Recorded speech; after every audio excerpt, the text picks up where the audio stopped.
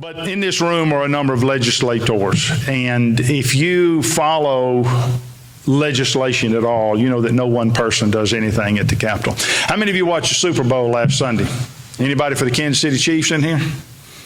There you go. Y'all are all excited. How many of you watched Mississippi State win a national baseball championship a few years ago, or Ole Miss win a national championship? Wasn't that exciting? We all love that. How many of you went around and said, we won a national championship? How many of you Mississippi State people said, we won a national championship? I did. You weren't. You're an Alabama guy. It doesn't count. We all do, don't we? Let me ask you this. How many of you hit a base hit? How many of you threw a pitch? How many of you made an out? Not a single one of you. Not a single one of us, right? We didn't win nothing. We sat in the stands and we watched and we cheered and we enjoyed it, but we were spectators. There are a lot of politicians in this state, elected officials, who run around saying, we did such and such. But let me tell you, ladies and gentlemen, the people on the field are the legislators. If you know how policy gets passed, you know that most of the elected officials in this state don't have anything to do with the passage of policy. It's only the people on the field. It's only the legislators, not even the governor. The governor doesn't get a vote on what policies are passed. Not the Attorney General, not the state auditor, not the Commissioner of Agriculture. None of those people pass policy.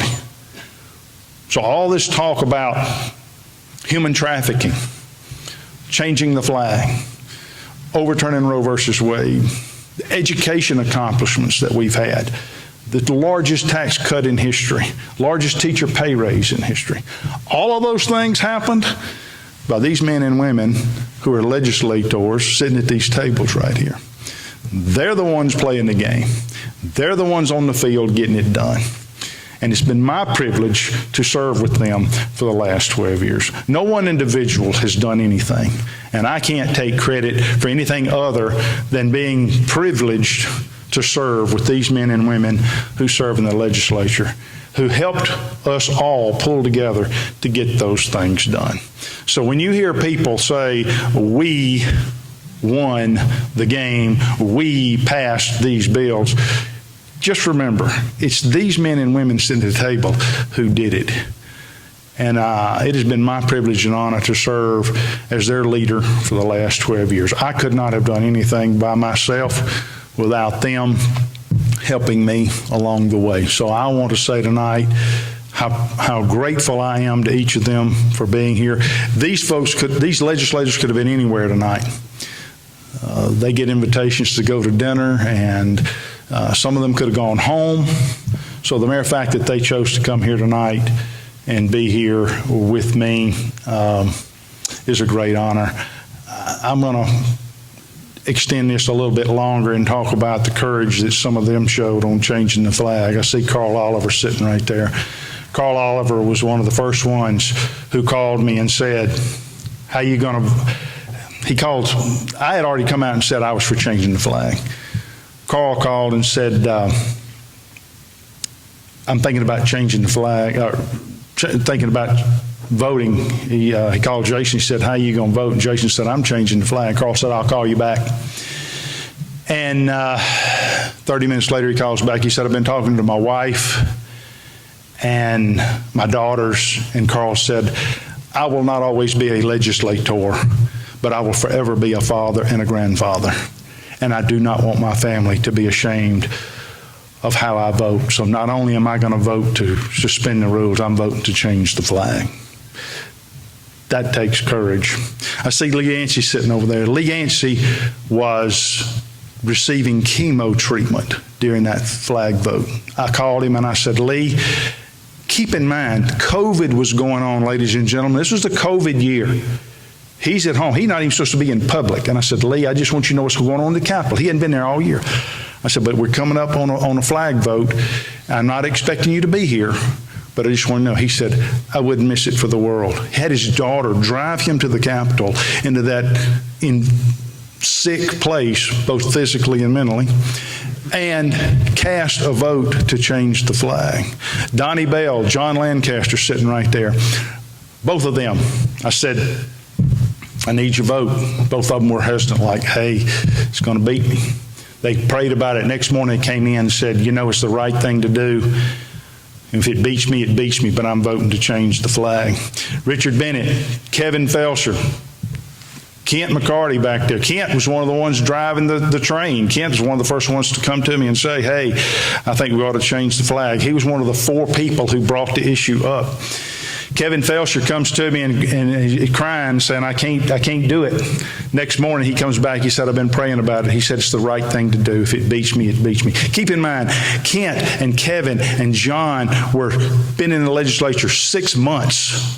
They've been in the legislature 6 months as a freshman, and they were called on to cast that vote, which was history. Richard Bennett, who's kind of the leader of the Coast delegation, same thing. He initially said, I met with him early on, and I said, what do you think? He said, you're crazy. We're not going to do this. Then he called Jason when he left my office and said, Philip's lost his mind. We don't need to change the flag. Richard went all the way. He said, not only am I going to suspend the rules, I'm voting to change the flag. Then there's Manley Barton sitting right there. To me, one of the most inspirational stories. Manley's a Vietnam vet. Purple Heart. The man, probably the only Purple Heart recipient in the legislature. Man has tremendous courage. I see his wife sitting there with him. I met with Manley at 2 o'clock on a Wednesday afternoon, and I said, Manley, I need your vote to change the flag. He said, I can't do it. It'll beat me. And I said, can I get your vote to suspend the rules? For those of you who don't recall, we had 2 votes. One was to suspend the rules, which was the big vote. The second was to change the flag. He hemmed and hawed and said, no, I just can't. And I said, well, Manley, you're one of my leaders. I need you. And he said, all right, I'll vote to suspend the rules, but it's going to beat me. And he left all mad. He went out in the hall, told somebody I didn't love him no more, and got back to me. And that night we go to dinner together, and with a group. And when I got there, he said, I need to talk to you. This is 5 hours later. He said, I need to talk to you. And I said, okay. So we go out on the sidewalk outside the restaurant. He said, I've been talking to my wife. There she is right there. And she said, are you going to be able to look at yourself in the mirror the day after this vote and be proud of what you've done? And he said, I know the answer to that question. And he said, even though it may beat me, I'm not only going to vote to suspend the rules, but I'm going to go all the way and vote to change the flag. I mean, those are the inspirational stories about changing the flag, ladies and gentlemen. And people ask me all the time, who changed the flag? You know who changed the flag? It was the women, the wives, the children, the grandchildren of the legislators. And they thought about history. They thought about their legacy. They thought about 20 years from now, people are going to look back to this vote, and they're going to want to know what Pop did, Grandpa did. And I don't want to have to explain away why I voted the way I did. And these legislators, just a small sampling of those in the room, there are 36 stories like that. 10 days out from the vote, I had 12 Republicans that were voting to change the flag. The day of the vote, I had 48. 36 Republicans moved from the no column to the yes column. And I think the Lord did that. There's no way one man can cause that many people to move from the no column to the yes column. And why did Manley Barton move from the no column to the yes column, and Carl Oliver move from the no column to the yes column? It's because they thought about their families, and they thought about the history of this state and the legacy that they were going to leave. And is that not the kind of people we want in elected office? People who are going to vote because of what's right, not what's politically expedient. We got enough people who run for office who do what's politically expedient. We don't have enough people who run based upon conviction and right and wrong, and regardless of whether it beats them or not. And this flag would not have changed if it were not for these people that I've named in this room tonight, plus a whole bunch more who are not here, that chose to do what was right, not what was politically expedient. To me, it's a very inspirational story. I was very privileged to have a front row seat to watch all of it happen. And I'm very proud of not only that, but the other things that I mentioned. that I was privileged to be able to serve with these people for the last 12 years and accomplish all those great things. Don't want to overlook Robert Sanders and Ricky Thompson sitting here. Robert, were you here when we voted to change the flag? You weren't part of it. You weren't here yet. But you know, again, others who were part of that effort. So thank you so much for this evening. Thank you for indulging me as I reminisced a little bit there about the flag. I hope that was meaningful to you. It's very special for me to be here tonight, to be honored like this, and it's just a great honor for me to have served with these men and women that I'm able to identify here tonight. Thank you so much for this time. I appreciate it.